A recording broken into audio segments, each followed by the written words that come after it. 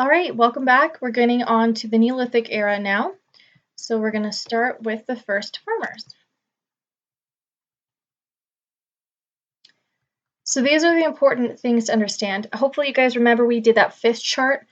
Fish, like, fishy. I'm doing the fish face. You guys can't see it. Anyways, we did the fish chart towards the end of the Paleolithic era, Neolithic era, to understand what causes and effects resulted in farming. The very, very first thing that had to happen was the last ice age had to end. I'm pretty sure this is a comp topic question on your study guide, so please, right now, if you have it out in front of you, answer that. Basically, in order for farming to take off, the weather had to get more conducive or better for the farming to happen. So from about 12,000 to 4,000 years ago, we see warmer weather, wetter weather, allowing more plants to flourish. As a result, people are going to start shifting from hunting and gathering to farming. So this is going to lead to the foundation for all of these things. These are comp topic here. So when there's a question that says, what are the characteristics of the Neolithic era? You're going to write these down, all right? We see population growth, we see sedentary villages, we see animal-borne diseases, we see civilizations. Something else you can include is we see warfare and the increase in fighting or warfare or conflict, simply put. The agricultural revolution is going to happen independently all over the world in areas like the Fertile Crescent, China, Mesoamerica, and the Sub-Saharan Africa. You don't need to know these specifics, that's why I'm kind of going through it fairly quickly. The Fertile Crescent, which we'll talk about later on in the week, is the first place to have a full agricultural revolution, Mesopotamia, right? They had a large variety of plants, specifically wheat and barley, and we see the possible shift from hunting and gathering to farming is there was probably an interruption in the general warming period, as well as larger settlements that were threatened by the loss of wild plants and animals. They needed to sustain food source, so therefore they started to grow their own. Sub-Saharan Africa, it wasn't always a desert, and so as a result, what we found is that this is where animals were primarily domesticated first. All right, so it's going to happen 1,000 years before it happens in the Middle East and India. And we see the development of pastoralists. Pastoralists, please write the definition if you don't remember, are people who relied on the domestication of animals rather than plants. So they had sheep herds or large herds of cattle. They would go from place to place, letting their animals graze on the natural land. As a result, they would then trade, let's say, 1 or 2 animals with a farming village in exchange for wheat or tools or weaponry or clothing, whatever supplies they needed. As a result, pastoralists were nomadic. Agriculture is going to spread one of 2 ways, either through diffusion or colonization.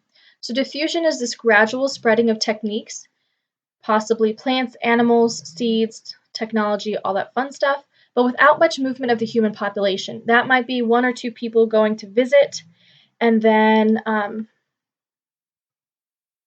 1 or 2 people going to visit, bringing them new ideas and technology, but then returning back to their home. Colonization, on the other hand, is where people massively migrate. So they pick up all their belongings and they move to a new place permanently. This, combined with diffusion, is probably how agriculture spread. So a combination of both processes. So what we already know, Paleolithic people already had some sort of an idea about altering their natural world, right? They set fires to promote new growth. So that way, when they would come back the next season from, following their food, new plants would have grown in the place where they picked all the old ones. In the Amazon, for example, people learned to cut back some plants to encourage the growth of other ones. They also used fire.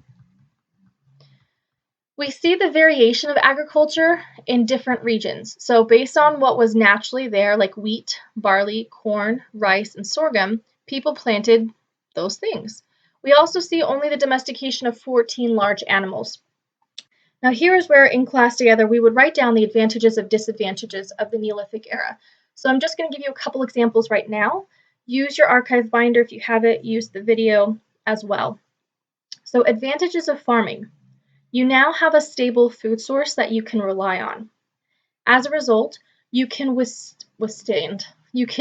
support way better word, you can support a larger population. Okay, a larger population though is also going to sorry guys, it's also going to be a disadvantage because now you have more people to feed.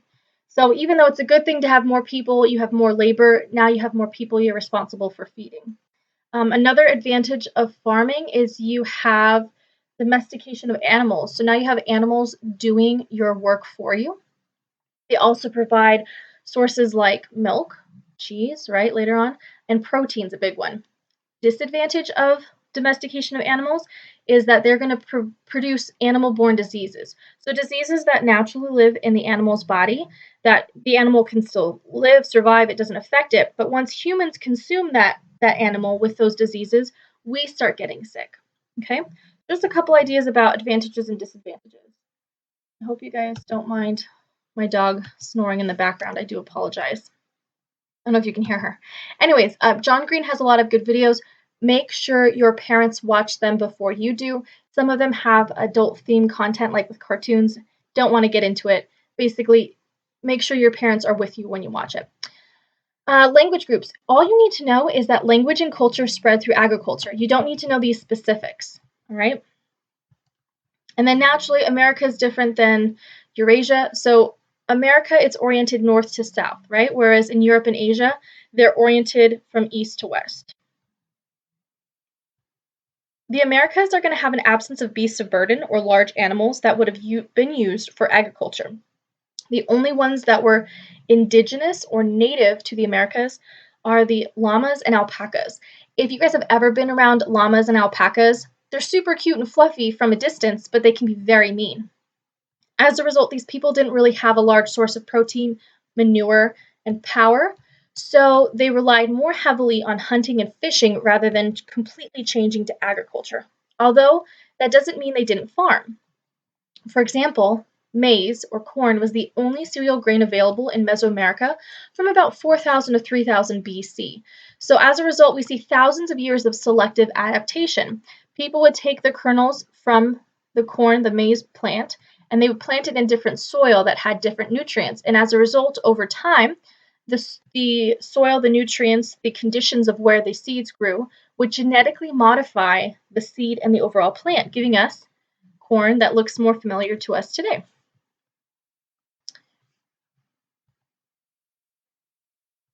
Now, naturally, there's going to be some resistance to farming. Some land was just not suitable for farming. In other places, they had a natural abundance, so there was no need for people to go out and farm. And some societies are going to maintain hunter and gatherer practices. Anyways, so this has been Neolithic and Paleolithic. Please make sure that you've taken notes if you don't already have your archive binder with you. And student hours are today, Tuesday, and also on Friday. So please reach out through that questions channel if you have any questions. All right, thanks.